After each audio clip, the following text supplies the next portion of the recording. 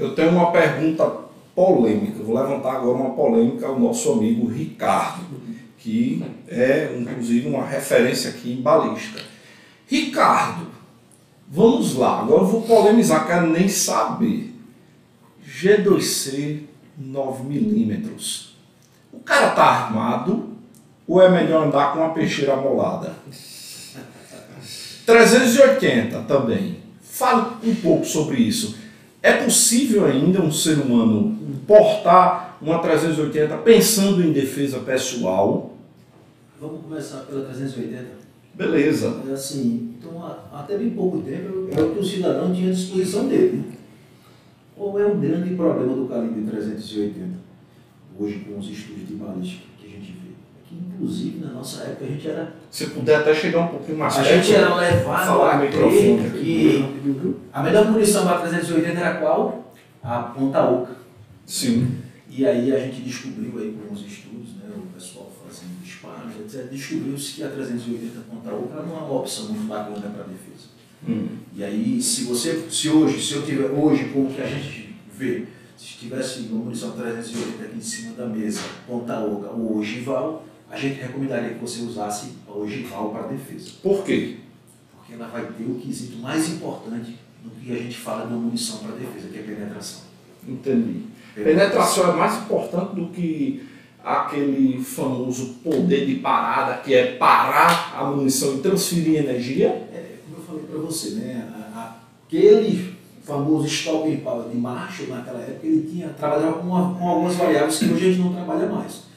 Mas, voltando aqui, a munição ela precisa ter penetração, porque ela precisa atingir órgãos, ela precisa causar, debilitar o sistema do corpo humano de algumas formas, que o choque é pavonêmico, perder sangue. E a gente precisa ter penetração. Então, quando a gente atira de 380 numa pessoa, é diferente de atirar em outra, porque a gente tem o corpo humano com diversas variáveis. Então, por exemplo, se eu atirar, se você fosse atingido, teria um comportamento no seu corpo, se eu fosse atingido, outro. E aí você me pergunta, Ricardo, o 380 serve para defesa? Eu disse, cara, é melhor do que não ter nada. Simples assim. Não, soca. É melhor do que não ter nada. É melhor do que não ter nada. Então, assim, se você tem uma boa arma, se você treina com a sua arma, se você coloca o seu estilo de 380 lá onde tem que pegar, meu amigo, tá bom. Agora, se você tem condições de migrar para um outro calibre, um calibre que a gente pode dizer assim, com uma propriedade balística melhor, a gente recomenda.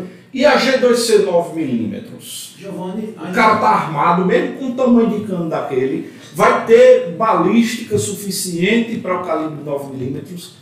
Responda a humanidade, quer saber. Para mais de 5 milhões de usuários. 5 milhões de usuários, a arma mais vendida da Taurus. É interessante quando a gente fala da G2C, a gente vê que é uma das armas mais vendidas do mundo, né?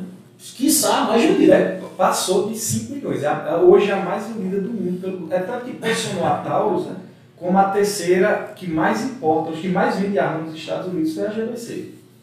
Cara, eu não tenho o que falar de negativo da G2C. Então, assim, se você me perguntar, Ricardo, é a melhor arma do portfólio da Taurus? Não. Não é a melhor arma. No tamanho de cano dela, é o melhor? Não. É uma arma de entrada. Ô, Giovanni, assim, a gente tem a GX4. Pensar, tá? A gente tem que pensar no que a gente quer. Então vamos lá. Se eu tenho dinheiro para comprar uma arma para cada modalidade de coisa que eu quero fazer, bacana. Então eu vou comprar uma 45 porque eu quero atirar nessa modalidade esportiva, eu quero um tiro mais assim, eu quero uma arma mais na mão. Eu vou comprar uma arma 9mm com cano maior, por exemplo, vamos falar nacionais. Uma TS9 porque ela tem um tamanho maior, ela na mão ela se comporta bem, é uma arma robusta. A gente tem eu tive uma TS9 aqui que ela deu milhares de tiros, tinha 4, né? Então eu e o Edilson nós tínhamos 4, a gente rodava em alguns cursos que a gente dava, elas deram milhares de tiros. E aí as panes que deram foram panes da nossa munição mesmo. A arma não tem o que falar dela. E aí você me fala, Ricardo, tem a GX4 e a G2C. Cara, a GX4 é uma outra conversa, né? É uma outra plataforma, com outras ligas metálicas, é uma arma de padrão internacional, uma arma que classifica muita gente por compacta, mas ela é micro compacta. Já vem com sarapudos, né? Praticamente 3 É assim, aqui em Alagoas a gente tem uma grande vantagem que, em virtude do trabalho do um deputado nosso aqui, né, o estadual, o Cabo Bebeto, o nosso preço baixou bastante. Mas, quando a gente bota na balança o preço de uma G2C, de uma GX4, e o camarada só tem dinheiro para comprar a primeira arma dele, compra a G2C. Simples assim. E aí, assim, ela tem algumas coisas que não são legais, né? Por exemplo, o gatilho dela não é um gatilho muito bom, mas a gente já viu aqui no clube, já vi várias pessoas atirando, já atirei várias vezes, já dei muito tiro com G2C. Cara, você com um pouco mais de habilidade, segurando com um pouco mais de despesa na sua mão, vai tudo lá. Estamos falando aqui sobre o 22LR. Agora vamos fazer uma pergunta. Estão dizendo aqui que se você acertar no canto certo com 22LR, aí, tá entendendo? Dando a entender que balisticamente até com 22 resolveria. Vou até complementar a pergunta de uma coisa que eu ouvi. É verdade que o tal do Mossad executava as pessoas com 22LR para não fazer barulho? É verdade isso? Isso aí, Giovanni. Você não mandou por aquele lado? Não andei. Quando a gente fala no calibre 22, a gente tem que pensar na seguinte: qual é a arma que a gente vai utilizar? Que arma que a gente vai botar para utilizar no calibre 22? Então, se a gente for trabalhar com a plataforma da Taurus, cara, uma super arma.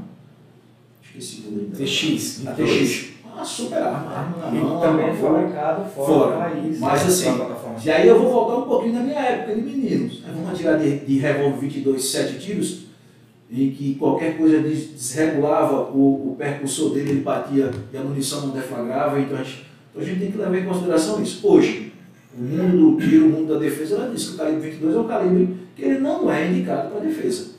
É um calibre anêmico, ele tem a propriedades balísticas indicada para algumas coisas, para diversão, para caça de pequenos animais. E assim, o que a gente tem de 22 hoje no mercado é o quê? Arma longa, carabinas. E assim, eu tenho uma, gosto bastante da minha arma, meu menino gosta bastante dela, então assim, inclusive, é uma arma de recreação. Quando você tem uma criança que completa 12 anos, a arma é uma procura de se dar uma arma, uma 22, né? E reforçando aqui, gosto da G2C, Ricardo, acho uma arma boa, acho uma arma de opção. Quem comprou não se arrepende. E aí eu vou dizer para você, você compra uma G2C com que objetivo? De ter uma arma que você de vez em quando vai no clube atirar, porque ela não é uma arma de competição, mas você vai ter uma arma de porte, uma arma pequena, uma arma confiável. Eu conheci um agente de imigração, né? Ele trabalhava na fronteira dos Estados Unidos. A arma de porte dele era G2C. Eu vou fazer até uma pergunta. Existe, aliás, que estão comentando aqui, o que é o CAC G2C? Pergunta polêmica. O CAC G2C é o que tem condições de somente comprar uma G2C. Se eu pudesse dividir em 70 vezes a arma para ele comprar a G2C e ter a arma dele para defesa e para ele uma vez no mês atirar, eu faria isso. E pode discriminar o CAC G2C? Ele deve ser discriminado? Não, não pode ser alguma. Eu uso uma 940. Eu tenho armas no meu acervo que custa 20, 30 mil, mas eu uso uma 940. Cada um tem uma opção que se adequa ao bolso, à expectativa, à finalidade. Existe esse mito ainda de elitizar um esporte do tiro, ou porque ele só teve condições de comprar uma G2C.